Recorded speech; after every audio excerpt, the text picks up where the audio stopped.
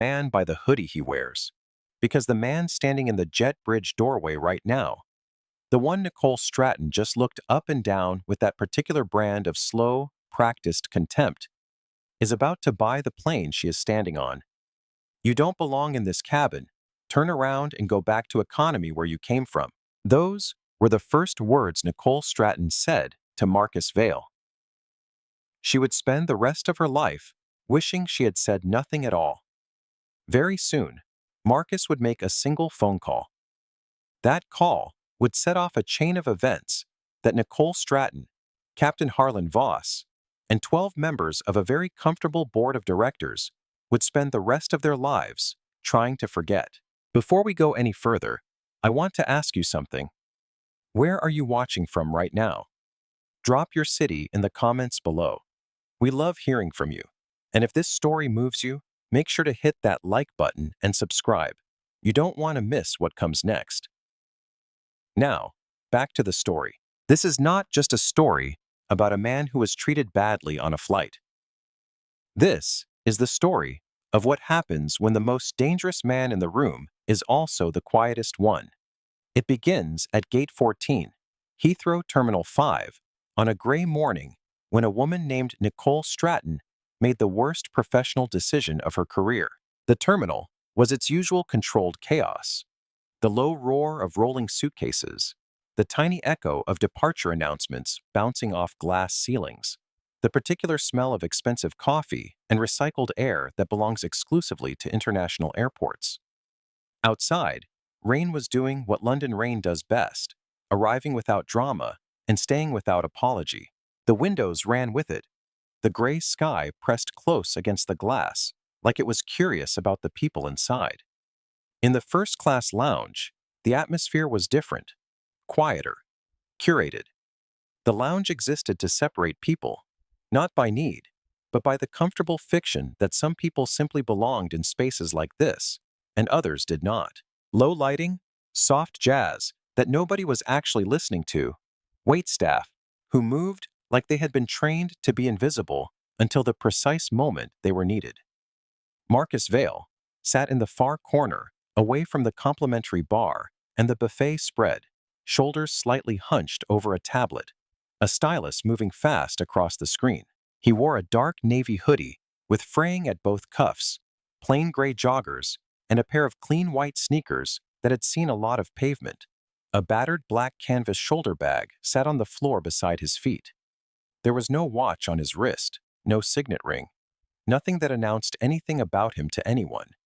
He looked to the casual observer like a man who had taken a wrong turn somewhere between the budget airline gates and ended up somehow in a room that did not match his luggage. This was not an accident, it was a strategy. When the gate agent announced priority boarding for first and business class, Marcus closed his tablet, slung the canvas bag over one shoulder, and walked to the front of the line. The man ahead of him, pinstriped suit, leather briefcase, the practiced ease of someone who had done this 1,000 times, was waved through with a smile and a good morning, Mr. Calloway. Marcus reached the podium. The gate agent did not look up immediately. When she did, her eyes moved once from his face to his hoodie, back to his face, with a flicker of something that passed across her features too quickly to be named, but not quickly enough to be missed. She held out her hand for his boarding pass with the particular energy of someone expecting to find a mistake. He placed the pass in her hand. The machine beeped green. Priority first class, seat 1A. She handed it back without making eye contact. Marcus did not react. He picked up his bag and walked down the jet bridge. He was used to this. He had been used to this for years. The double take, the flicker, the hand held up before the boarding pass was even scanned. It had happened in bank lobbies and boardrooms and hotel lobbies and conference halls and every other room where someone had looked at him and calculated in under 3 seconds that he did not belong. He had learned a long time ago that being underestimated was his greatest advantage. People who underestimated you stopped watching, and people who stopped watching never saw you coming. He turned left at the aircraft door, and that was where he met Nicole Stratton. The first-class cabin of Meridian Airways Flight 447 was the kind of space designed to make certain people feel like the world had arranged itself specifically for their comfort. 8 wide leather seats in a 2x2 configuration, each one angled slightly toward the window and far enough from its neighbor to suggest that the other passengers were present only as a courtesy. Soft amber lighting, white orchids in slim glass vases at every row, the faint deliberate scent of something expensive being pumped through the ventilation system. Nicole Stratton was adjusting one of those orchid arrangements when Marcus turned the corner into the cabin. She saw the hoodie before she saw the man wearing it. The reaction was immediate and small, a tightening at the corners of her mouth, a fraction of stillness in her hands, as if the image in front of her did not quite compute. She did not frown. She did not snarl. She composed her face into the expression she had spent years perfecting. Polite concern, the kind worn by someone who is about to correct a harmless mistake on your behalf. "Excuse me," Nicole said. Her voice was warm on the surface and made of something much colder underneath.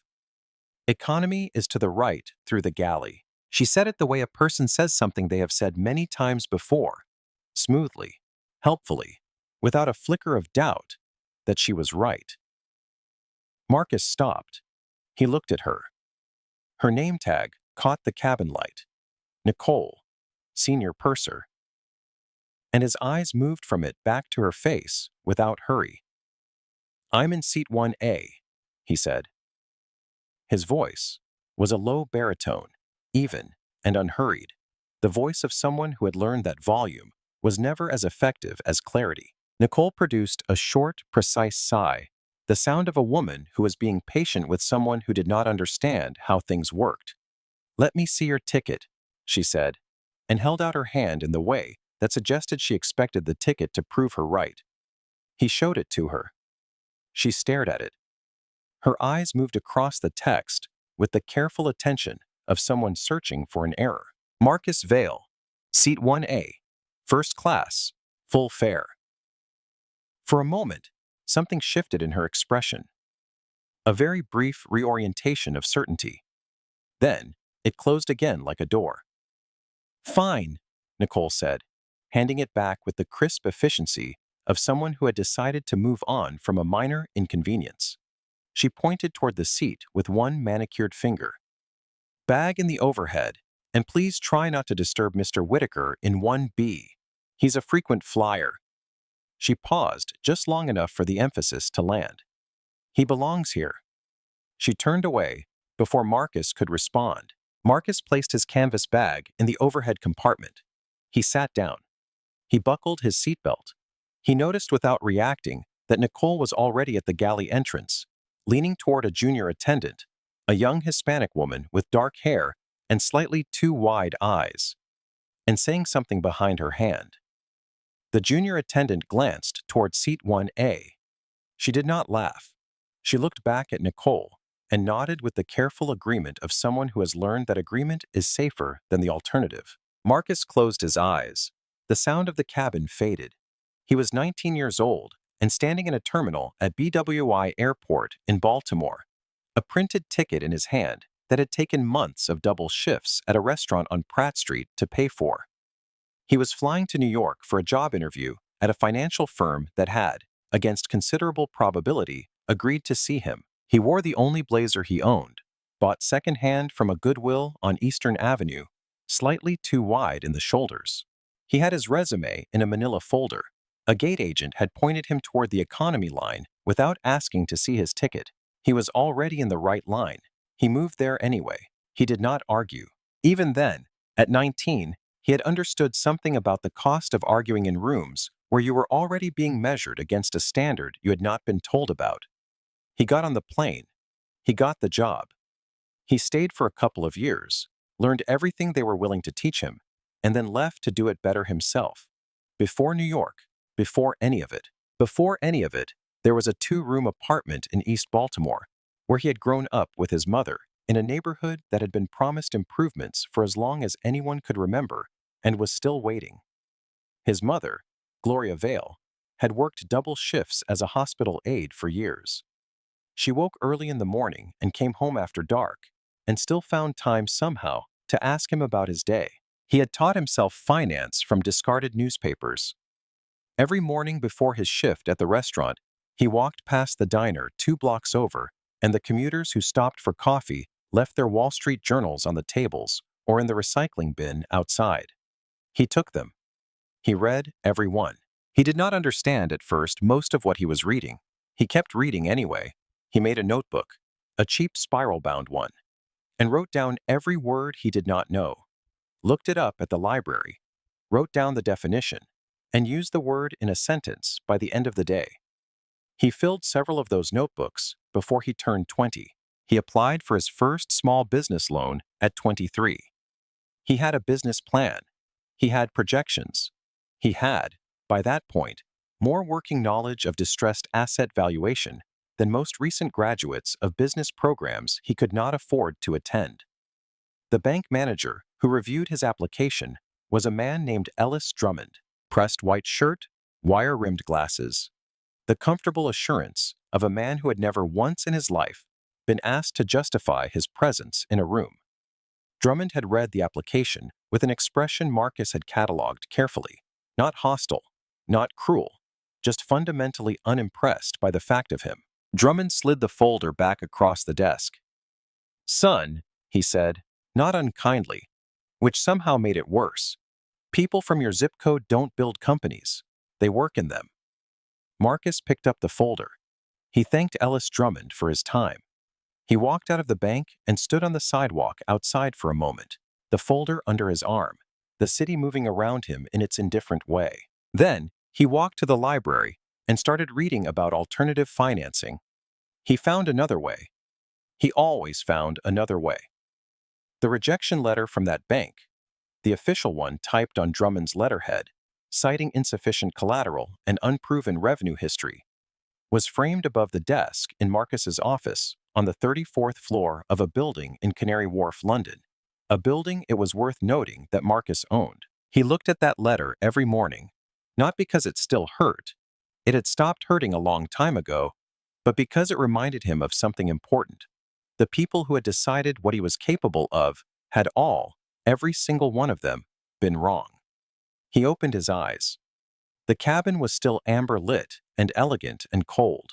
He reached into his canvas bag and pulled out his tablet. In seat 1B, Raymond Whitaker was exactly where Raymond Whitaker always was on this particular flight. Precisely settled, reading glasses on the Financial Times folded in half on his tray table, and a glass of champagne at the ready. Raymond was retired from a career as a corporate attorney that had taken him to 4 continents. He had been flying this route for years. When Nicole made her first comment to Marcus, the smooth, practiced redirection toward economy, Raymond registered it from behind his newspaper with the peripheral awareness of a man who had learned that the details people were not paying attention to were usually the most informative ones. He lowered the paper a quarter of an inch. He saw the exchange. He saw Marcus show the boarding pass. He saw Nicole's expression as she handed it back. He raised the paper again. He went back to reading. He would think about that decision for a long time afterward. In the galley, Sofia Delgado was moving with the specific energy of someone who was trying to appear calmer than they were. Early in her career, as a cabin crew member, she was still operating with the permanent low-grade anxiety of a person on probation who has not yet been told whether they are passing or failing. She had student loans from a hospitality management program in Manchester. She had a small, very expensive flat in a part of Hammersmith that was just affordable if she did not buy coffee outside of home and did not think too carefully about the heating bill. She had wanted to fly since she was 7 years old, watching planes cross the sky from the roof of her grandmother's house in Seville. She had not expected the actual experience to feel quite so much like being watched all the time. Nicole Stratton watched everything. When Nicole had leaned in and whispered something after the exchange with the man in seat 1A, Sophia had glanced toward him quietly, carefully, and felt the familiar knot form in the base of her stomach. She recognized what she was watching, not the specific version of it, but the essence of it. She had seen it in a classroom, in a job interview, in a waiting room where she had been asked 3 times whether she was sure she was in the right place. She knew what it looked like when someone decided before a single word was exchanged that another person did not belong. She said nothing. She picked up her tray of hot towels and went back to work. The aircraft door sealed with the particular pneumatic thunk that means the world outside has been put on hold. The engines built to their low, powerful hum. The plane pushed back from the gate, turned, rolled, and waited its turn on the taxiway. Then the runway opened up, and the engines climbed from a hum to something that was less a sound than a physical fact, and the ground fell away beneath them. London disappeared into gray cloud cover. Flight 447 was airborne. First-class service on Meridian Airways Flight 447 was, on a normal day, a carefully choreographed performance. Hot towels delivered at precisely the right temperature. A champagne selection presented with the seriousness of a sommelier at a 3-Michelin-star restaurant. Nicole moved through the cabin with the fluid precision of someone who had done this particular dance so many times it had become unconscious. She topped up Raymond's glass.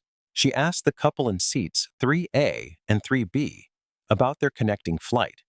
She paused at 2C to compliment a woman on her reading glasses. A small, apparently genuine observation that was in fact calculated to create the warm, personal atmosphere that distinguished Meridian First Class from competitors. When she reached seat 1A, the warmth switched off. It was not dramatic. It was simply the precise withdrawal of effort, like a light being turned down on a dimmer switch rather than clicked off entirely. Just enough that it would be very difficult to point to and call something. "Drink," Nicole said. No menu offered, no welcome. 2 syllables and a waiting expression.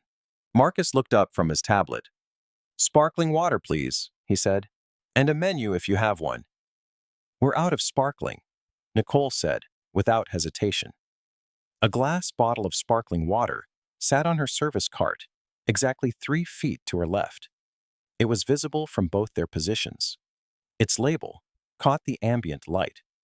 Marcus looked at the bottle. Then he looked at Nicole. "Tap is fine," he said. Nicole filled a glass from a plastic jug, filling it to a deliberate level of fullness. The kind of level that was not quite an accident waiting to happen, but was positioned very close to that line, and set it down on his tray table with a thud that was calibrated to sound like carelessness. The water moved. It sloshed over the rim in a small definitive wave that caught the edge of his tablet and ran down the corner, dripping onto the gray fabric of his joggers. "Oops," Nicole said, deadpan.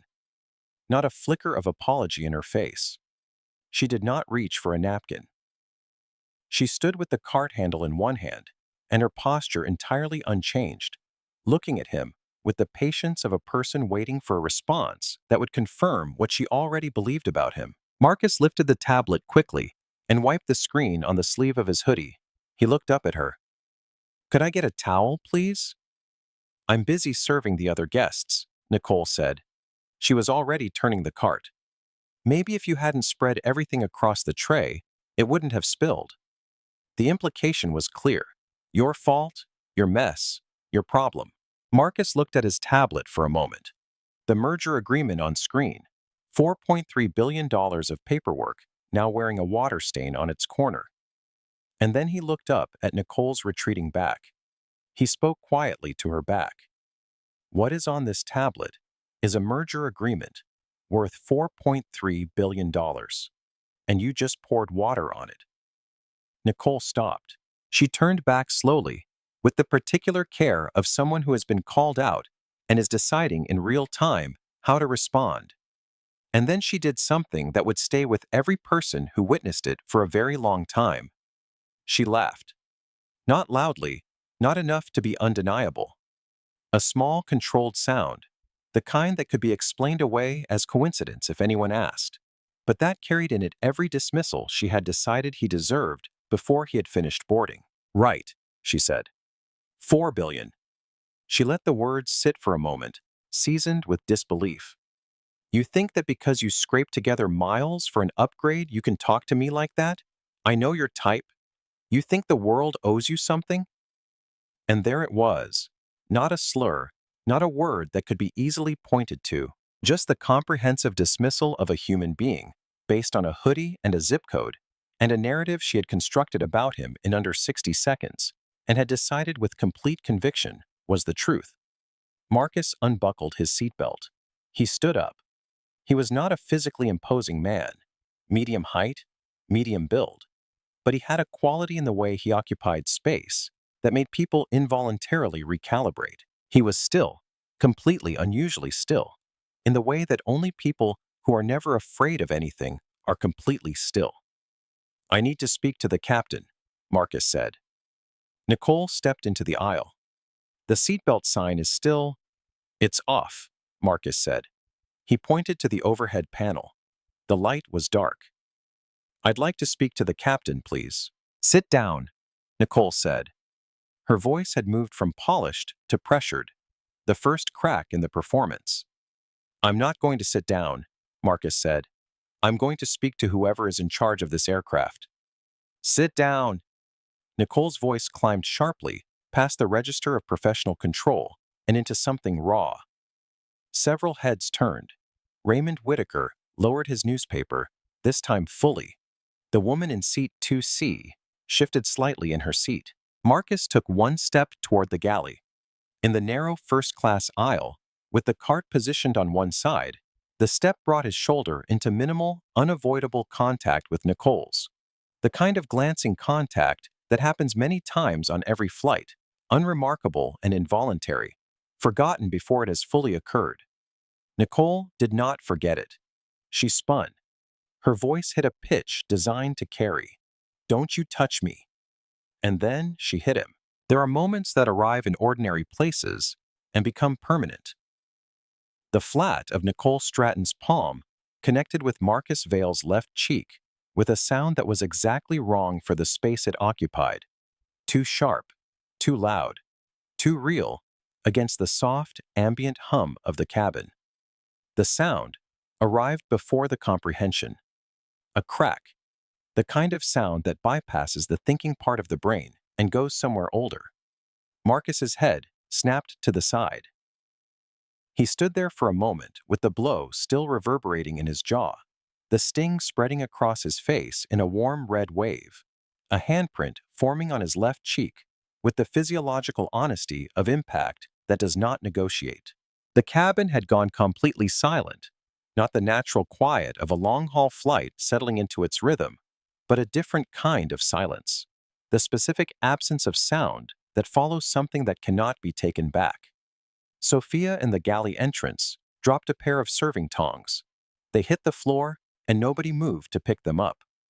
Raymond Whitaker had gone entirely still, his champagne glass suspended midway between the tray and his mouth. The couple in row 3 held each other's eyes without speaking. The woman in seat 2C, Dana Langford, a freelance journalist returning from a conference, had been watching the entire incident with the practiced calm of someone trained to observe without being observed. Her phone was already recording. Marcus turned his head back slowly. He looked at Nicole. His face had not changed. That was the thing that would stay with every witness in the cabin. Not what he said, not what he did, but the fact that his expression when he turned back was not rage, not shock, not the tears of humiliation. It was something quieter and more terrible. It was the face of a man who had already decided what came next. He reached into the pocket of his joggers. He pulled out his phone. You struck a passenger, Marcus said. Not a question, not an accusation, a documented fact spoken aloud for the record. Nicole's survival instinct activated with the efficiency of someone who knows when a story needs rewriting. He assaulted me, she said immediately, loud, carrying, designed to flood the zone. He grabbed me. I was defending myself. Captain, I need the captain. The cockpit door opened. Captain Harlan Voss was a large man who moved through spaces as if they were smaller than they actually were, a physical habit of authority that had been hardening for years. Red-faced, silver wings on his chest, the dismissive eyes of a man who had been in charge of things for so long that he had stopped finding the distinction between his judgment and correct judgment particularly interesting. He saw Nicole breathless, hand on chest, eyes filling. He saw the man in the hoodie standing in the aisle with a phone in his hand and a red mark forming on his face. He completed his assessment in under 2 seconds. "Sir," Voss said, addressing Marcus, "sit down immediately, or I will have you restrained." Raymond Whitaker spoke from seat 1B.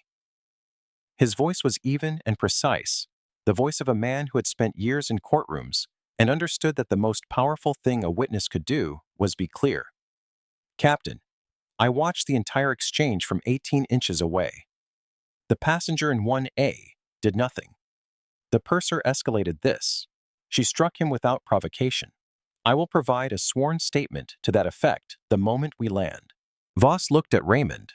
Then he looked at Marcus, the hoodie, the canvas bag in the overhead compartment. And whatever calculation Raymond's words had started, it did not finish. "I'll deal with it," Voss said. "Sir," he added, this directed at Marcus, "sit down. Do not leave your seat. We are going to divert this aircraft to Gander, and you will be met by security upon landing."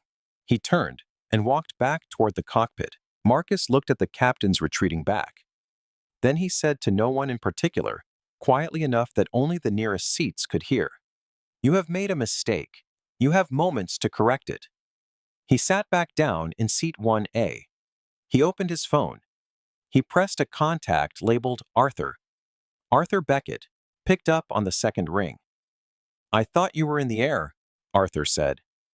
His voice had the crisp, organized quality of a man whose mind filed incoming information before he had finished hearing it. "I am in the air," Marcus said. "What is Meridian Airways trading at?" A pause, the sound of a keyboard. "Meridian, ticker MAW, struggling about $11 a share. They've missed earnings 4 quarters straight. Union contract negotiations collapsed in August." "Why?" "Buy it," Marcus said. Silence. "Buy the stock. Controlling interest. I want 51% minimum. Use the Pacific accounts." "Marcus, that's approximately $200 million. "I know. Do it now." Another pause. Then Arthur said, in the flat military efficiency that Marcus had hired him for years ago, "Executing. Sweeping the market now. Call you back in moments." Marcus sat with the phone in his hand and looked at the flight path map on the small screen in front of him.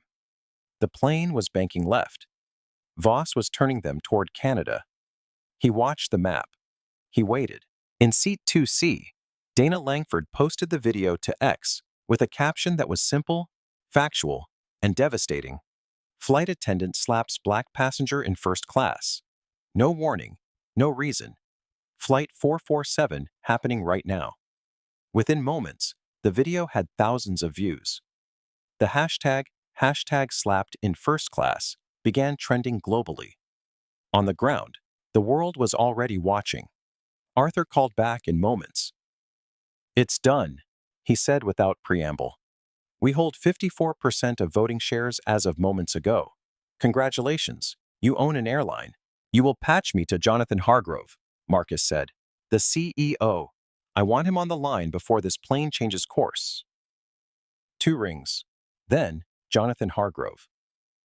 "Mr. Hargrove," Marcus said. "My name is Marcus Vale. As of moments ago, I am the majority shareholder of Meridian Airways. I am calling from seat 1A on your flight 447, currently being diverted to Gander by your captain, Harlan Voss, who has sided with a purser who just struck me across the face in front of a cabin full of witnesses." The silence that followed was the silence of a man watching his professional life restructure itself at speed. "Mr. Vale," Hargrove said. His voice had shed its polish like a coat someone has decided is too heavy to keep wearing. "I need you to know. I need you," Marcus said, "to call your captain right now. Tell him to resume course to New York." The phone in the cockpit rang moments later. Captain Voss heard Hargrove's voice come through the line like something that had been compressed under enormous pressure and was now releasing very quickly. Listen to me with absolute attention. The passenger in seat 1A is Marcus Vale. He is the founder of Vale Capital Partners. He purchased a controlling stake in this airline moments ago. He is your new chairman. You will cancel the diversion. You will resume course to New York, and you will go to that cabin and address him with the respect you should have extended to any passenger on this aircraft from the beginning. If you take any other action, Hargrove continued, I cannot help you. Do you understand me? Voss said nothing for moments. Then, yes, sir. He put down the phone. He sat in his captain's chair for a long moment. He thought about the expression on the face of the man in seat 1A when he had told him to sit down. He thought about the two words, you have made a mistake. He had processed those words as a threat and a bluff. He understood now that they had been neither. Cancel the diversion, Voss said to his co-pilot, a young man named Evans, who had been sitting in a form of stunned paralysis for the past moments. Resume course for JFK. The plane banked right. The horizon reoriented. They were going to New York. Voss walked out of the cockpit. Nicole was waiting at the galley curtain, the faint preemptive smile of anticipated justice arranged on her face. Voss walked past her without making eye contact. He walked the full length of the first-class cabin all the way to seat 1A. Mr. Vale, Voss said. His voice had undergone a significant change in register. The authority was still technically present, the way the outline of a building is still present after a fire has moved through it. Marcus said, without looking up from his tablet, why is this aircraft banking left? The course has been corrected, sir. We are back on track for JFK. Marcus looked up then. He looked at Voss with the patience of someone who has been through enough rooms with enough people who underestimated him, that none of this, the reversal, the apology, the sudden restructuring of where the power sat, surprised him in any emotional way. Thank you, Captain, Marcus said. I'd like to make an announcement to the passengers. Please give me access to the PA system. Of course, Voss said. It's at the front galley. Marcus unbuckled. He stood up. He walked to the front of the cabin. Nicole stepped back against the galley wall, her composure finally and completely fractured. Her hands pressed flat behind her as if she needed the support of something solid. Marcus picked up the PA handset. He held it for a moment. The cabin was completely quiet. Then he pressed the button. His voice moved from the first-class cabin back through business class, through the curtain divide, down the full economy section, all the way to the last seats in the tail. Hundreds of people heard it. Good afternoon, everyone. My name is Marcus Vale. I want to begin by apologizing for the disturbance you have experienced on this flight today. A pause. As of moments ago, I am the majority owner of Meridian Airways. I want every passenger on this aircraft to know the following.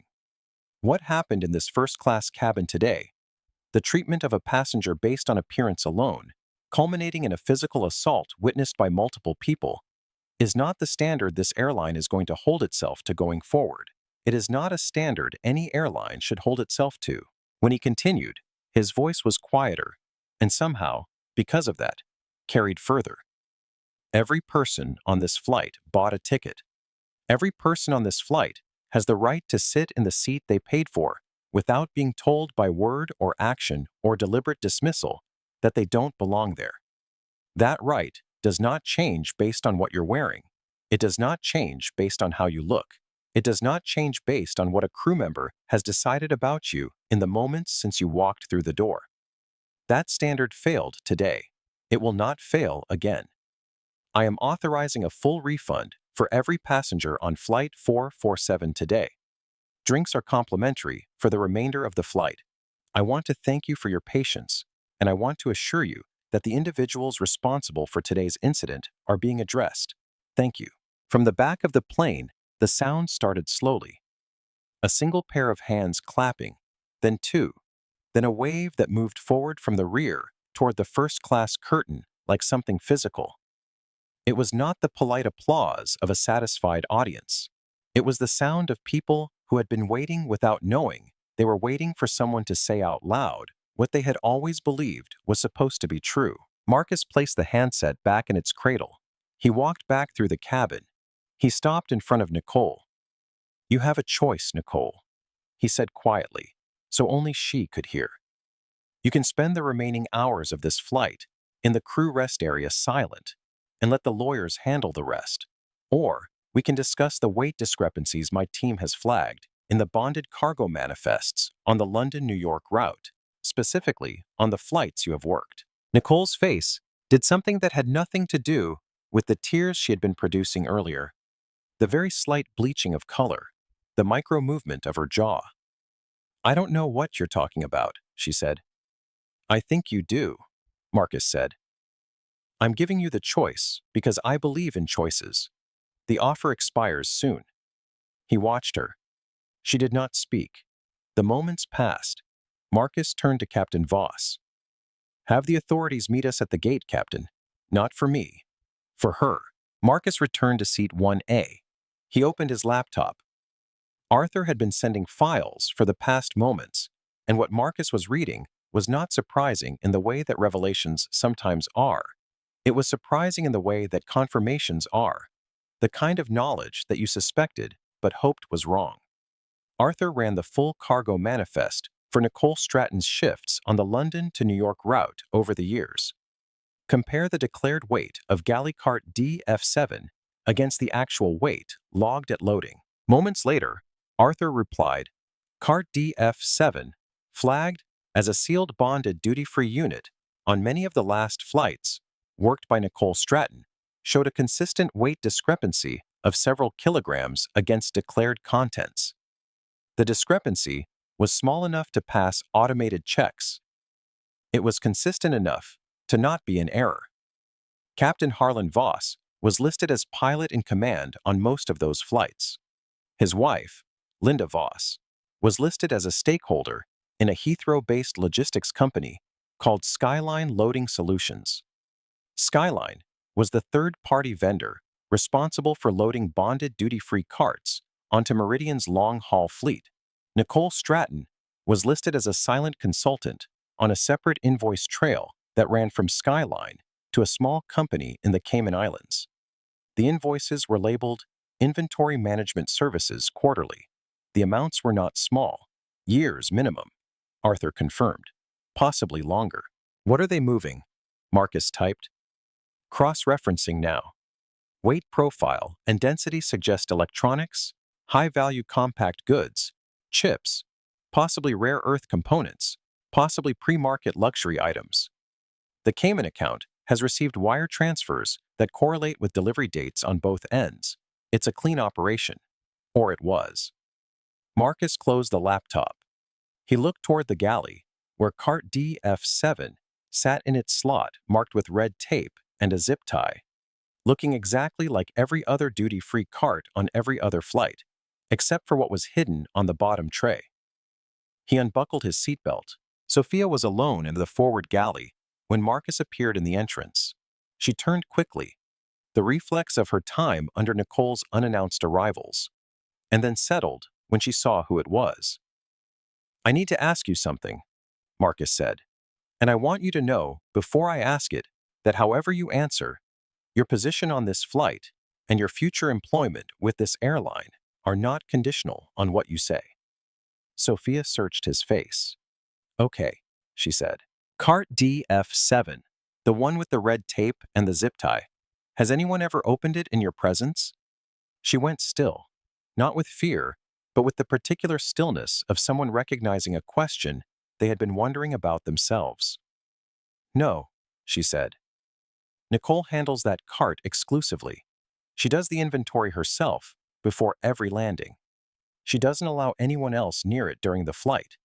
She told me early on that it contains temperature-sensitive items that need specific handling, but the contents form says ambient storage. Ambient storage doesn't need specific handling." Marcus looked at her. "How long have you known something was off about that cart?" Sophia was quiet for a moment. Then, "Since early on." "Did you tell anyone?" "I wrote it in an email." She stopped. "I deleted it. Marcus said nothing for a moment. Then, "What I'm about to ask you to help me with is not small. It could mean federal investigators taking your statement. It could mean being a named witness in a federal proceeding. I won't downplay any of that." Sophia's hands were still at her sides. She looked at the floor once briefly, and then back up. "What do you need?" "I need you to show me that cart." Sophia checked the aisle. Clear. She pulled cart DF7 from its stowage slot. It was heavy, considerably heavier than its declared contents would suggest. The red tape marked it with the standard bonded goods designation. The zip tie was black and appeared intact. "The lock has been broken for some time," Sophia said, her voice pitched low. "She uses the zip tie to make it look sealed. She cuts it herself before landing and replaces the inventory." Marcus took the scissors Sophia offered. He snipped the zip tie. It fell to the floor. He opened the metal door. The top trays were standard duty-free perfumes in their boxes, large chocolate bars, a row of oversized plush toys. Marcus reached for the bottom tray. He gripped it with both hands and pulled. It was significantly heavier than a tray of cigarette cartons should be. He lifted out the cigarette cartons. Under them, packed in gray anti-static foam and sealed with clear tape, were 8 flat boxes. No markings, no labels. He opened one carefully. Inside, separated by foam dividers, a stack of high-density graphics processors, the kind used in advanced computing systems and AI infrastructure. Each one worth tens of thousands of dollars. He turned one over in his hands. No customs declaration sticker, no import documentation, nothing. He put it back. He looked further into the cart. More boxes. He counted. "Take photos," Marcus said. "Date stamp them. 3 angles minimum." Sophia produced her phone. Her hands were shaking slightly, but her movements were precise. She photographed the open cart, the visible processors, the unmarked boxes, the removed tray beside the cart. 3 angles, date stamped automatically. "Put it back," Marcus said. "Exactly as it was. Do you have another zip tie?" She went to the supply drawer. She had a full bag of them. They replaced the tray, replaced the cartons, reset the contents to their original arrangement. Sophia secured a new zip tie on the latch. She checked it twice. Marcus looked at her. "If anyone asks, you were in the galley organizing the service trolley. You didn't see me." Sophia looked at him quietly. "I'm not going to say I didn't see you." Marcus looked at her. Something shifted briefly in his expression. Just a fraction, just enough. "No," he said. "I suppose you're not." The cockpit door opened. Marcus turned. Captain Voss stepped out, saw Marcus standing in the galley, and his expression had the quality of a man who was expecting one thing and received another. His eyes moved to Sophia, who was calmly arranging cups on a service tray. His eyes moved to cart DF7, seated in its slot, zip tie intact, exactly as it should be. His eyes moved back to Marcus. "What are you doing in here?" Voss demanded. Marcus held up the bottle of water he had picked up from the galley counter. "Getting a drink, Captain. Your in-flight service has been somewhat disrupted today." He took a slow, unhurried sip. Voss stepped further into the galley. He lowered his voice so the sleeping passengers in 1A and 1B could not hear. "You might have bought some stock, Vale, but up here, I am the authority. Federal aviation law makes me the final word on this aircraft. If I say you are interfering with crew operations, you go to jail. It doesn't matter what shares you hold." Marcus capped the water bottle. "Captain," he said, "I want to give you a piece of information, and not as a threat, but because I think you should have it. I've been looking at the fuel consumption logs for this flight. The burn rate is running about 8% heavier than your passenger manifest would suggest. That's an unusual headwind pattern you're flying in." Something moved in Voss's face. Very small, very fast. The particular micro-expression of a person who has just heard a piece of information they hoped no one had. "We have a headwind," Voss said. "Sit down."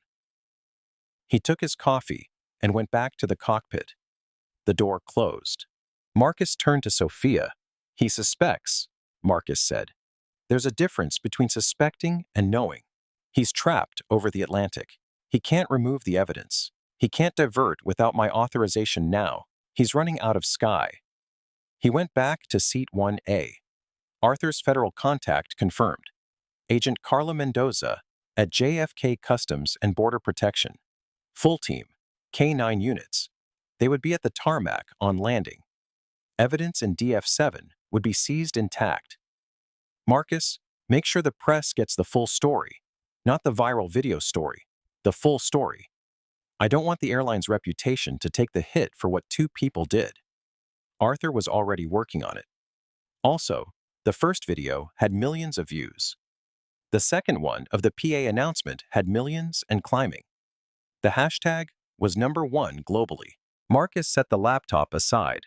He looked out the window. Below the clouds somewhere, the Atlantic was doing what it had always done, moving in every direction at once, indifferent and continuous, older than any of the decisions being made above it. He thought about his mother, waking early in the morning. He thought about the stack of newspapers outside the diner. He thought about Ellis Drummond, sliding the folder across the desk.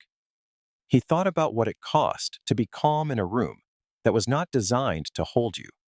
The actual cost, the energy it required, the continuous translation from what was said to what was meant, the way it accumulated over a lifetime into something that required both hands to carry and had no common name. He thought about Sophia in the galley, writing an email she had then deleted. Nicole's attempt came some time before landing. She waited until Sophia went to the economy cabin to collect meal trays. Then, she walked to first class. She smoothed her uniform. She fixed her hair. She knelt beside Seat 1A. "Mr. Vale," she said, barely above a whisper. Marcus was looking out the window. He did not turn immediately. When he did, his expression was what it had been all day. Patient, even. Entirely unreadable. "You were told to stay in the rest area," Marcus said. "Please," she said, and the word cost her something visible. "I just want to apologize properly. I was under enormous stress. My mother is ill. I haven't been sleeping." I snapped. It wasn't personal. Marcus looked at her for a long moment. "That is the problem, Nicole," he said. "You didn't know who I was, so you treated me the way you did. If I were a teacher on this flight, or a nurse, or a student, you would have had me removed and restrained. The reason you are kneeling beside my seat right now is not because you understand that what you did was wrong. It's because you understand that I have the power to damage your life. That is not an apology. That is self-preservation dressed in apology's clothes." Nicole's jaw moved. Her eyes were wet. "I can lose everything," she said. "My career, my apartment, I have a mortgage. Please just—" "It is not the assault charge you should be worried about," Marcus said. She stopped. He said 2 words. "Cart DF7." The color left her face so completely and so quickly that it was almost clinical to observe. She stared at him. He watched her understand. He watched her calculate. He watched her arrive at the answer and find there was nothing on the other side of it. She stood up. The mask had gone entirely now.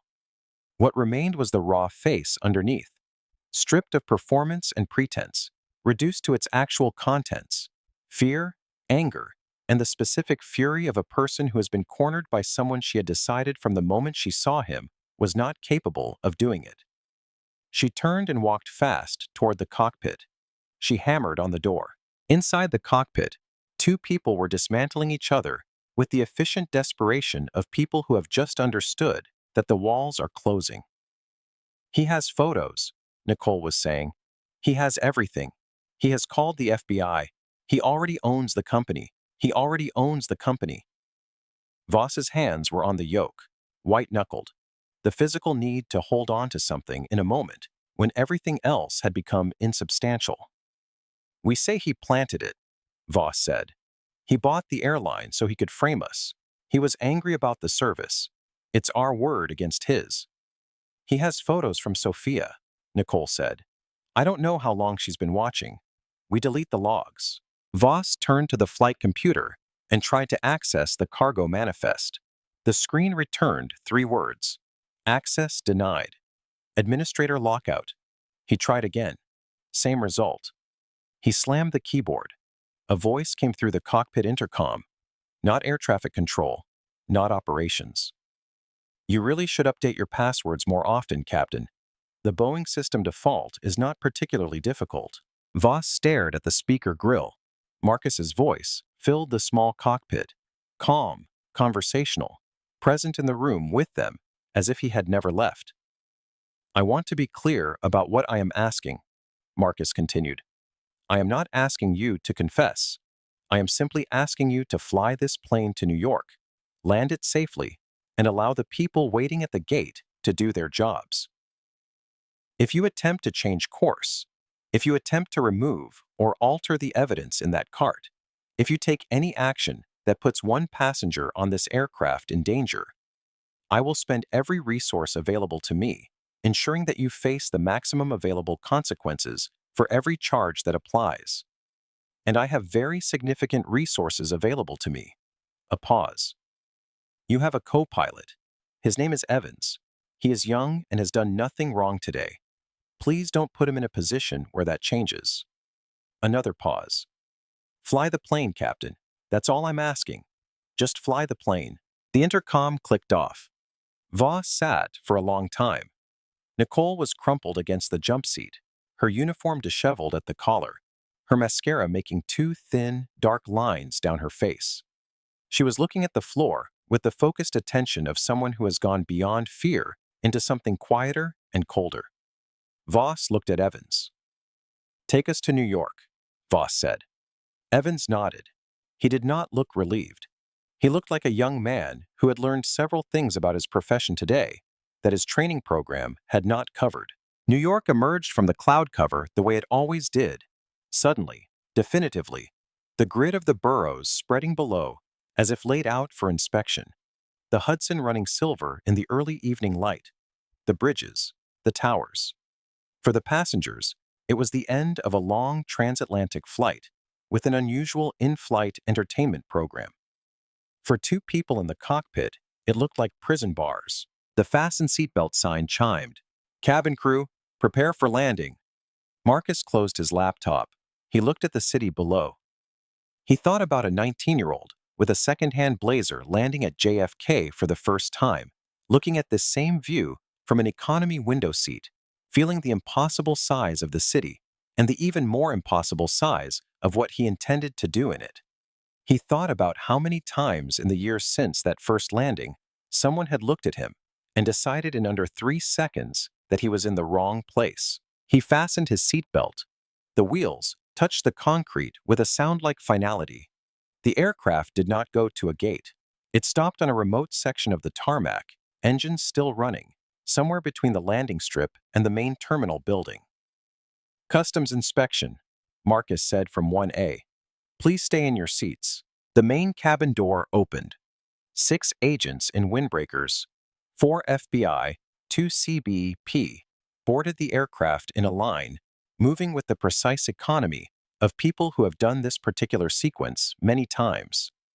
Leading them was Agent Carla Mendoza, tall, composed, the specific kind of patience on her face that belongs to people who work in enforcement and have learned that patience is more effective than urgency in almost every situation. She walked the length of the first-class cabin and stopped at seat 1A.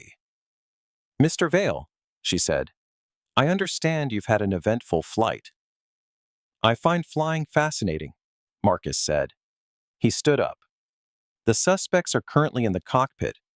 The primary evidence is in galley cart DF7, bottom tray under the cigarette cartons, and I would recommend immediate seizure of their personal phones, both the captain's and the purser's, before they reach any networks.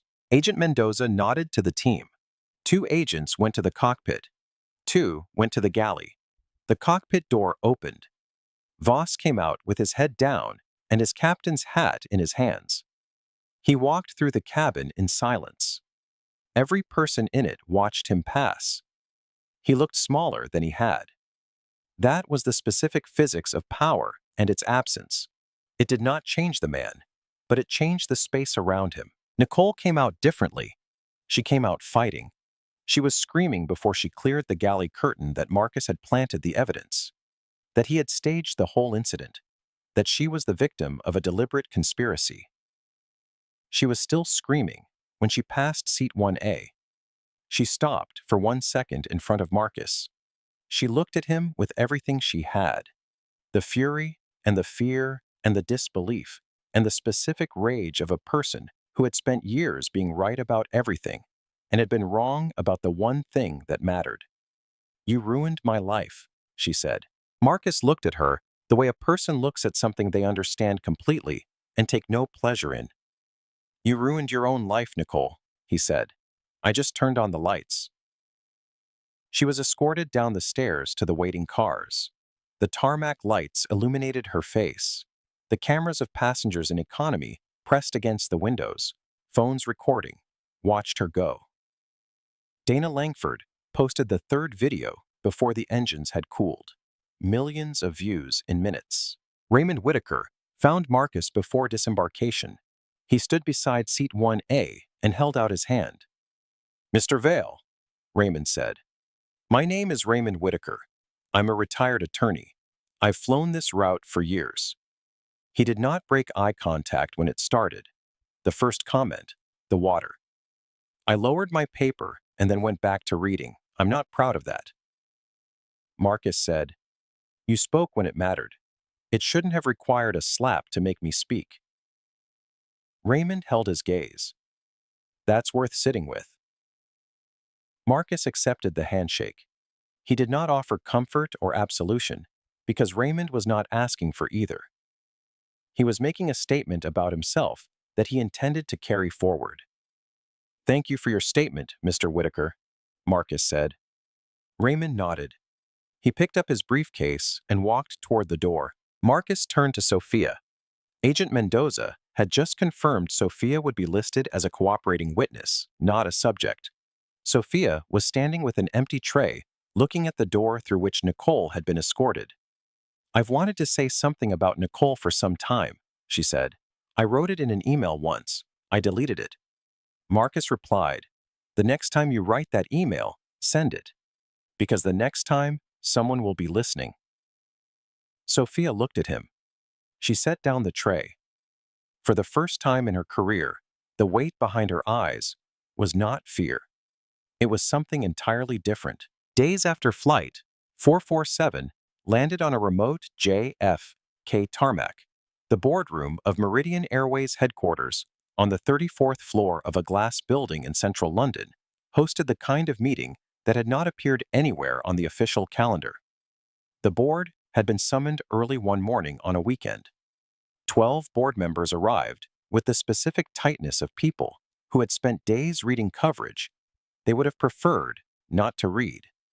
Victor Langford, the board chairman, was delivering an opening statement about the isolated and regrettable nature of the incident aboard Flight 447 when the double doors at the far end of the room opened. They did not just open. They were pushed with the controlled force of someone who has decided that the doors will open when he decides they open. And that this is the first and clearest statement of the morning. Marcus Vale walked in. He wore a charcoal suit, Savile Row, fitted with the precision of something made for a specific body by people who understand that the way a suit fits is its own form of argument. His tie was a deep midnight blue. He carried nothing, no briefcase, no portfolio, only the air of a person who has not needed props to establish authority for a very long time. He walked the length of the boardroom and stopped in front of Langford. He set a single piece of paper on the table between them, a notarized shareholding certificate. Vale Capital Partners, 54% of voting shares, Meridian Airways. "You're in my chair," Marcus said quietly, without inflection. Langford looked at the paper. He set down his coffee cup. He pushed his chair back. He stood up. Marcus sat down. He clasped his hands on the table. He looked at 12 faces arranged around the mahogany, 12 people whose collective decision-making over the years had produced a culture in which Nicole Stratton had been able to operate unchallenged for years, and Captain Harlan Voss had been able to fly with her on many routes without anyone in a position of authority asking why. "I'm not here to punish you for what Nicole Stratton did," Marcus said. "I'm here because what Nicole Stratton did was visible evidence of something that had been built over years and never interrupted. And that is something you have responsibility for." He pressed a button on the conference console. The screen behind him came to life. Photos of Cart DF7 and its contents, cargo manifest logs with highlighted discrepancies, a financial transaction chain running from Skyline Loading Solutions through a Cayman Islands account to 2 personal accounts. "This is not an isolated incident," Marcus said. "An organized smuggling operation ran on your flagship route for years. Several passenger complaints about Nicole Stratton's conduct were filed in the past years. None of them reached corporate review. They were resolved at the departmental level without action because the culture here rewarded smooth numbers over honest ones." He reached into his jacket pocket. He placed 12 envelopes on the table, one in front of each board member. They slid across the polished surface with a quietness that was its own kind of finality. "Severance packages," Marcus said. "They are what the law requires and not more. You have moments. Security will see you out." Langford made one attempt at resistance. The brand name, the legacy, the institutional history. Marcus listened to all of it with the same patient expression he had worn all day on the flight.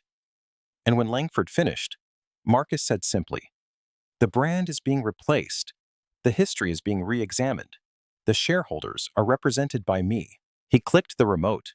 The golden Meridian Airways logo vanished from the screen.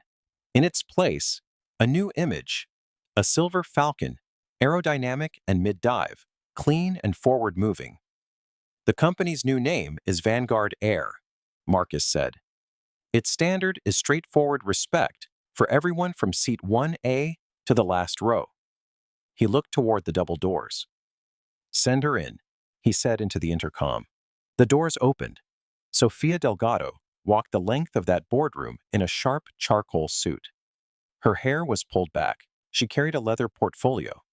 She felt every eye in the room on her, and she walked the full length of the table without letting any of them slow her down. "Gentlemen," Marcus said, standing as she reached him, "meet your new Vice President of Passenger Experience, Sofia Delgado." "A flight attendant," Langford said, unable to help himself.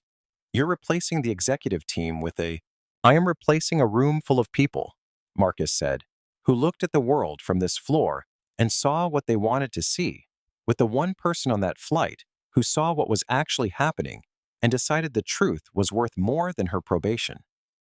She risked her career to expose a crime while everyone in this room was elsewhere."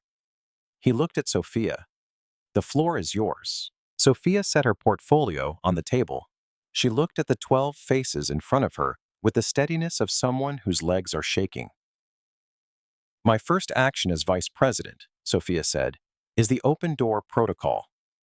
Every complaint filed by a passenger or crew member about any aspect of in-flight conduct is logged in a centralized system.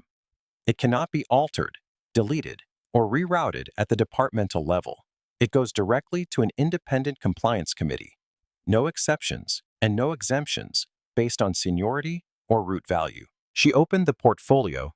She placed a single page on the table. "My second action is the reinstatement of 3 junior crew members dismissed in the past months for speaking up about Nicole Stratton's conduct. Their files indicate they were removed for performance issues. Their emails tell a different story. They will be offered their positions back with full back pay." She paused. She looked at the room. "And my third action," Sofia said, "is calling this meeting concluded." The boardroom emptied. 12 people who had occupied those chairs for years walked toward the exit with the lowered heads of people discovering that the authority they had believed was inherent to their position had always been conditional on the consent of the people below them. When the last one left and the doors clicked shut, the boardroom was silent. Marcus loosened his tie. He walked to the window below. London was doing what London always did: gray, continuous, indifferent to the specific dramas conducted above it. "How are your legs?" he asked without turning. "Absolutely terrible," Sophia said. She leaned against the table with both hands.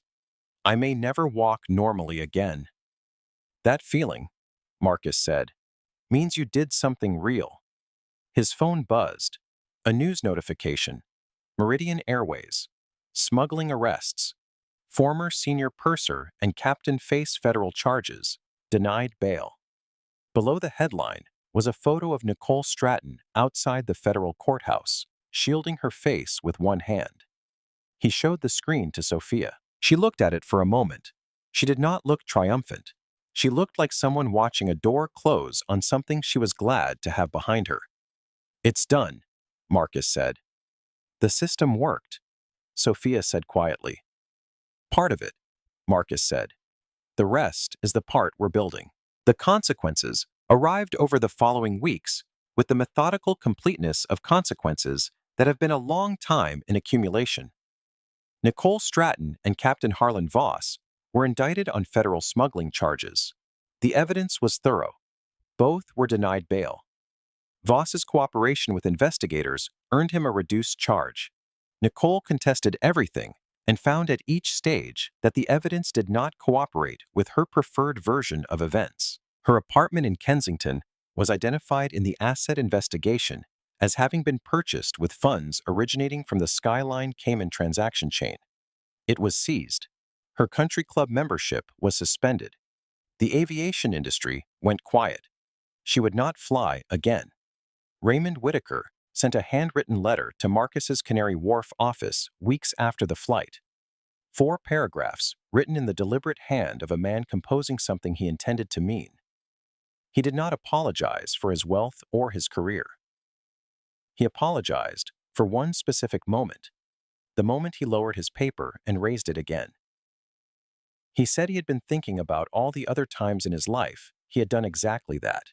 He said he intended to stop. He closed with a single line: "You didn't need me, but I should have spoken sooner. I will try to remember that." Marcus read it twice. He folded it carefully and placed it on his desk beside his lamp. Beside, not above, the framed rejection letter from Ellis Drummond. 2 pieces of paper. One that said he would never amount to anything. One that said a good man had finally understood the cost of his silence. Both stayed. Weeks after the flight, Marcus received an anonymous message through Vanguard Air's new compliance portal. It was from a former Meridian HR administrator who had left the company years earlier and had been watching the news coverage in a particular way, the way people watch news coverage when they know more than the coverage knows.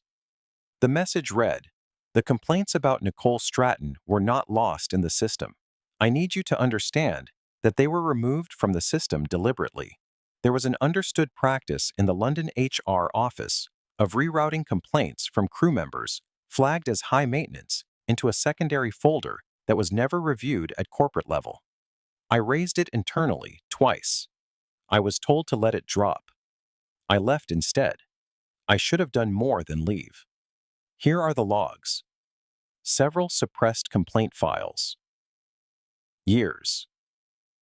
Nicole Stratton's name featured in many of them. Every complaint had been filed correctly. Everyone had been deliberately buried by people who had decided that smooth operations numbers were more valuable than the truth. Marcus forwarded the files to Vanguard's compliance committee with 3 words in the message body: every name. Sometime after Flight 447, Marcus Vale stood on a tarmac at JFK Terminal 4. Not in a boardroom, not behind a podium, on an actual tarmac in actual October wind, watching young people board a charter flight for a program visit to universities they had never seen in person. The youngest was young, the oldest was in her early 20s. They came from Baltimore, Detroit, Houston, East London, South Los Angeles, and 11 other places with the specific geography of neighborhoods that had been told for a very long time that certain things were for other people. Some of them wanted to be pilots. Some wanted to work in aerospace engineering. 2 wanted to study aviation logistics. 1 had told Marcus in her application essay that she wanted to run an airline by the time she was 40. She had written it without hedging. Marcus had read that sentence twice. The Vanguard Access Fund had been seeded with millions from Marcus's personal holdings. There was a website, a straightforward application process, and a selection committee that evaluated candidates on one primary criterion: whether they had been told at some point by someone who should have known better that a career in aviation was not available to people like them. The applications had numbered in the first month over thousands. Marcus watched the last of the group board the aircraft. The sky above JFK was sharp and clear and very blue. He reached into the pocket of his jacket. He pulled out a small, folded piece of paper, soft from years of handling, the creases worn almost to transparency at the folds. Ellis Drummond's rejection letter.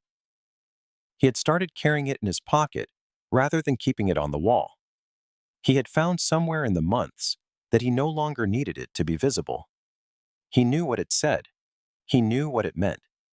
He did not need to look at it every morning to remember. He held it for a moment. Then he put it back. The aircraft began to taxi. Marcus watched it go. The slow, deliberate turn toward the runway, the gathering purpose of it, the way it moved with increasing certainty toward the thing it was built to do. The engines climbed. The wheels left the ground. Young people went up. Sofia Delgado was having the best and most terrifying months of her life. She still carried a spare zip tie in her jacket pocket. Not every day, but on days when a meeting felt large or a decision felt too consequential for one person's certainty, she would find it with her fingers and hold it for a moment. The cheap, practical weight of a thing that had helped her understand something important about herself. The open-door protocol had been running for months. In those months, dozens of complaints had been filed through the new system. All had been reviewed. Several had resulted in policy changes. Several had resulted in disciplinary proceedings. Not one had been buried. There was a moment somewhere between Baltimore and the 34th floor of a Canary Wharf building, between a rejection letter and a rebranded airline, between a zip tie in an apron pocket and a vice president's portfolio, between a lowered newspaper and a letter that said, "I should have spoken sooner." There is a moment in all of it that the story is really about. It is not the slap. It is not the takeover. It is the choice made in a narrow aisle at altitude to not become smaller. Maybe you know that choice. Maybe you have stood in a room where the weight of other people's certainty about who you are pressed against you from every direction, and you had to decide whether to become, just this once, just temporarily, just for the sake of the peace, smaller. Maybe you took the smaller path. Maybe the cost of the other one was too high that day. Maybe you had student loans, or probation, or a mortgage. Or you were young in a second-hand blazer, and you needed things to go right today more than you needed to be right. This story is not here to judge that, any of it. It is here to remind you of something very simple and very permanent. The seat was always yours. Not because someone decided to give it to you, because you earned it, because you showed up, because you bought the ticket and walked down the jet bridge and turned left and sat in the chair. No one gets to take that back. No uniform, no title, no hand held up before your boarding pass is scanned. No voice that decides in under 3 seconds that you are in the wrong place. Justice does not always arrive loudly. Sometimes it boards in a hoodie, takes its seat quietly, and buys the plane. If this story meant something to you, I want to hear from you right now. Drop your city in the comments below and tell me, have you ever been told you didn't belong somewhere you had every right to be? Share your story, and if this video moved you, please hit that like button right now. Every like tells the algorithm that stories like this deserve to be heard by more people. Share this video with someone who needs to hear it today, because the next person who needs this reminder might be sitting exactly where you were. And if you haven't subscribed yet, subscribe now and ring that notification bell so you never miss a story. We post new stories every week. Every story is a reminder. The seat is yours. It always was. Thank you for watching.